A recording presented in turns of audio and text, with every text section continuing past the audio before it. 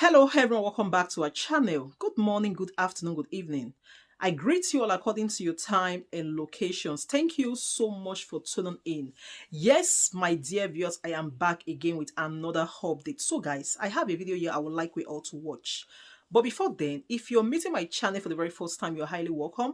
Please kindly do all to like, share, and subscribe. Leave your thought about this video in the comment section. Let us know what you think about this video, and I will see you towards the end. Good morning to you, viewers. Well, let's begin what's trending. The chairman of the Independent National Electoral Commission, Professor Mahmood Yakubu, on Tuesday announced that the commission has commenced its post-election review and has identified 215 electoral offenders that will face prosecution. Yakubu made the comments during a meeting with resident electoral commissioners at the Inec headquarters in Abuja. The chairman further acknowledged that there were some challenges during the 2023 general election, but despite divergent opinions about the outcome of the election, the overall outlook suggested that it was a fair reflection of a complex multi-party democracy. Compared to some previous elections, we believe that the 2023 general election was one of the most meticulously prepared for in recent times. Learning from previous experiences, we started preparations immediately after the 2019 general election, carefully ticking the necessary boxes over a 4-year period. Among the positive stories is that the security challenge which threatened to derail the elections did not materialize.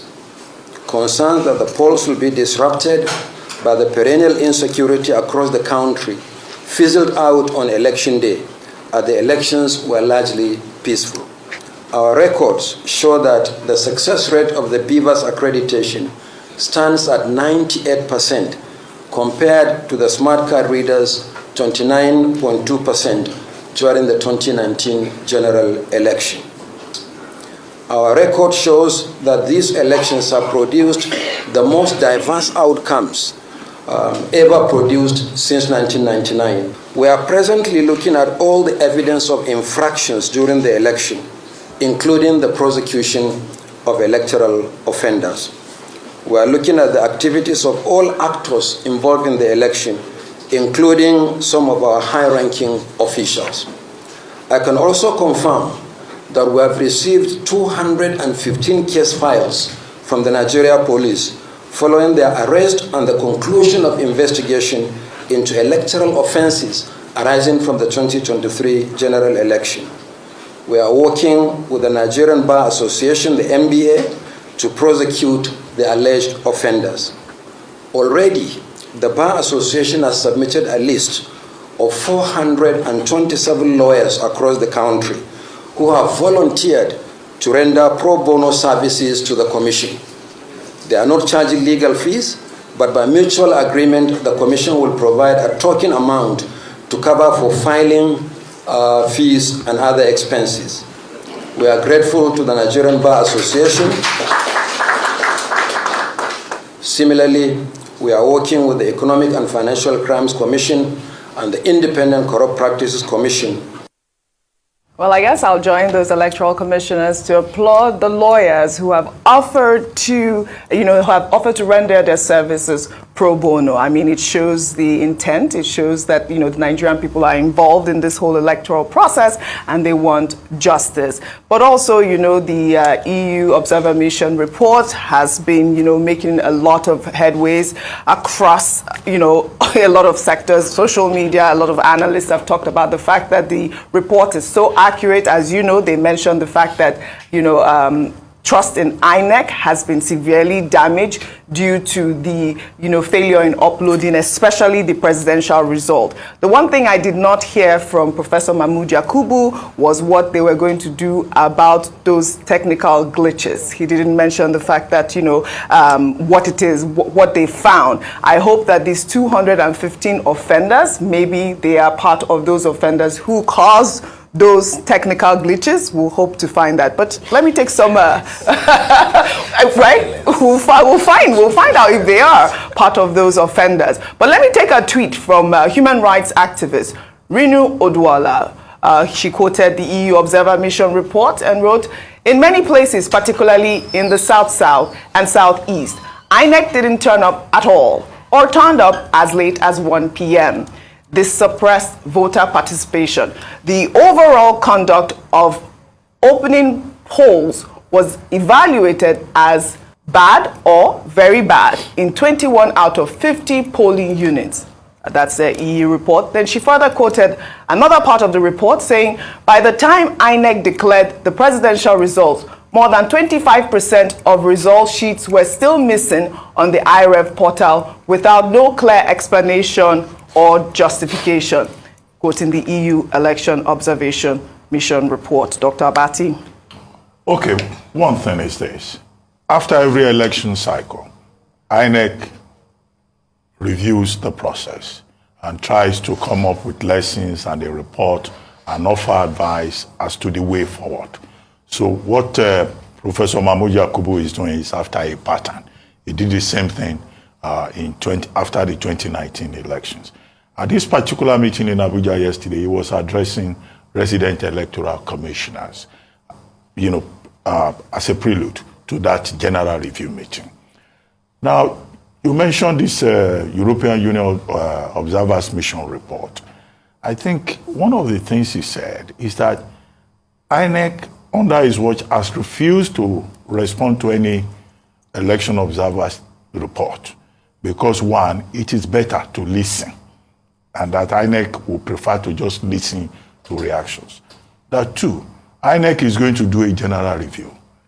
Three, INEC cannot be responding because many of the issues involved are prejudicial.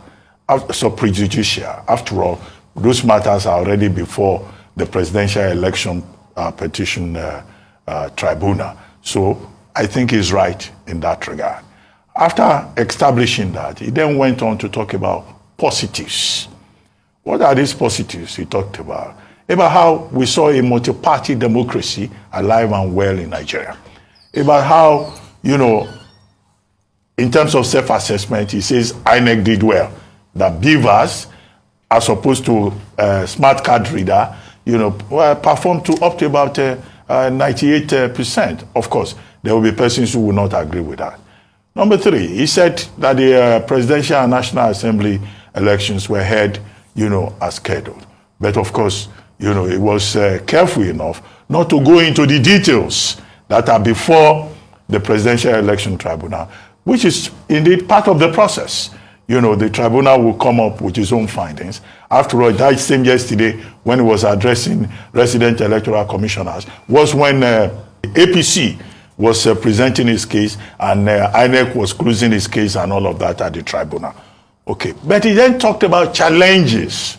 I think many Nigerians will be interested in those challenges and what INEC and government and other interested bodies do about those challenges. Because those challenges, the most palpable one that we saw was that this review system that we do after every election, do we really learn any lessons? The one we did after the 2019 general election, one of the things that came up was internal democracy within political parties. We didn't see that. Another thing that came out of it was, people respecting the rule of law. People did not respect the rule of law.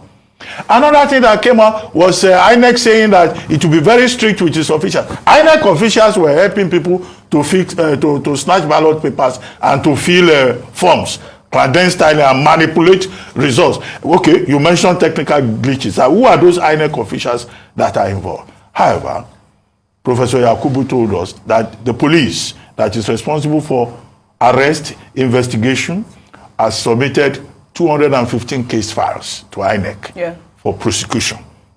Now, I said earlier on this program, maybe some people didn't hear me well, they were sending me messages. Section 145 of the electoral 2022 deals with the trial of offenses. So, INEC, section 145 sub 2 says INEC can prosecute. However, opinion is divided on that. Some lawyers say, no, INEC doesn't have such powers, that it's only the AGF or the police that can prosecute, because electoral offense is a criminal offense. Okay, these are some of the things we still need to also address in reviewing the electoral framework. But INEC itself, 2 months ago, 4 months ago, said that it was overburdened, that it will have to conduct election. At the same time, it will be burdened with the task of prosecution. And that was why the INEC chairman himself was asking for an electoral offenses commission. And which was why I argued earlier that this 10th National Assembly, that's one of the things it will have to address. And many of the other recommendations as contained in the Waste Commission report, which nobody has acted upon. Because Nigerians would like to see those 215 offenders prosecuted and sanctioned, including INEC officials and their ad hoc agents. And how did the number reduce from 774 that the legal advisor of INEC told us 2 months ago? How did it come down to 215? Did the police choose to just forgive some of the offenders? Yes. Or they could not establish any prima facie case against them, as it were? Very good question. Rufai. Ojo, I love Nigeria. I love Nigeria too. I know this country will work, but currently it's a funny scene we have. If we want to build a country, we tell ourselves the truth. The first question I'd like to ask INEC, because INEC has finished his deposition in court now. They finished his defense. They finished their defense. What happened as regards the glitch? Is it also part of their review? After the defense, we did not even see. So now I'm as confused as the first time they talked about the computer glitch. Because after the defense, I have not seen anywhere the real reason for the glitch was talked about and where it was enunciated, a technical report on the glitch. Secondly, INEC said the police sent forward 215. I laugh. Same police that a police chief was coming to defend somebody that made a very, very incendiary statement. Same police chief defending him on live TV. So is it the police that wants to help prosecute electoral offenders? Did you also see the part of the report that said the police watched on as ballot boxes were snatched? Didn't we see on live TV that day, and I came and I challenged the police here? Was it in Lekki or around that area, Ekate, where people were taking ballot and the police officer was just looking, and the police spokesperson said it was just one officer, he couldn't challenge them in return? Didn't we see how police officers were taking ballot boxes away in rivers? Didn't you see the video? Absolutely. So it's the same police that want to give electoral offenders to INEC to prosecute. We are joking. And why do lawyers even have to prosecute pro bono? Can't INEC put some money aside for its own litigation in its budget every year? How is he spending his own money for litigation? You see, the reason why we talk about election review and nothing happens is because personal interest is more than institutional interest. It's as simple as that. And it's not today we've been hearing about cases like this. As long as you have a personal interest that overrides institutional interest, our institutions become suspect and they're easily swayed. And that's why to defend our institutions become problematic. If we want to make elections work, the day the key stakeholders in Nigeria decide to have free and fair elections, we'll have free and fair elections. As we speak today, we have not decided. And that's why it's still about who can manipulate the system better. Right. Also, Electoral Offenses Commission, I think even the first step of the review is INEC going back to the Waste reports. Till date, we've been talking about Electoral Offenses Commission. Since the Waste report, we forget in a hurry, the Waste report was 2008, 2009. And today we have not done anything. It just shows we are not ready. All right. Also, the electoral laws that we have seen many lacunas. We have started this 10th National Assembly. How are they going to review those laws? Are they going to do it? We are not ready. This was the same INEC law that President Buhari chose not to sign before he finally signed it after he had won elections in 2019. Another question we would like to ask INEC. Yes, the BVAS system worked. There was better accreditation and all of that. But will INEC also tell us where they keep the data that they had to wipe out the BVAS accreditations when they wanted to do the governorship election? All right. Because there are many questions we should ask in this review. And if we have not, if INEC is not ready to forensically analyze what constituted the technical glitch they've not given us a report for, I don't think the review has started. So we know how to make Nigeria work. But today, because it still favors a few lot of us, we continue in our ways. But I know this country will do well. It will rise up and it will achieve its full potential one day. But today, the key stakeholders are not ready. Well, all right. So guys, thank you so much for watching. What do you think about this video? Please kindly leave your thoughts in the comment section. I will see you again in my next one. Bye for now.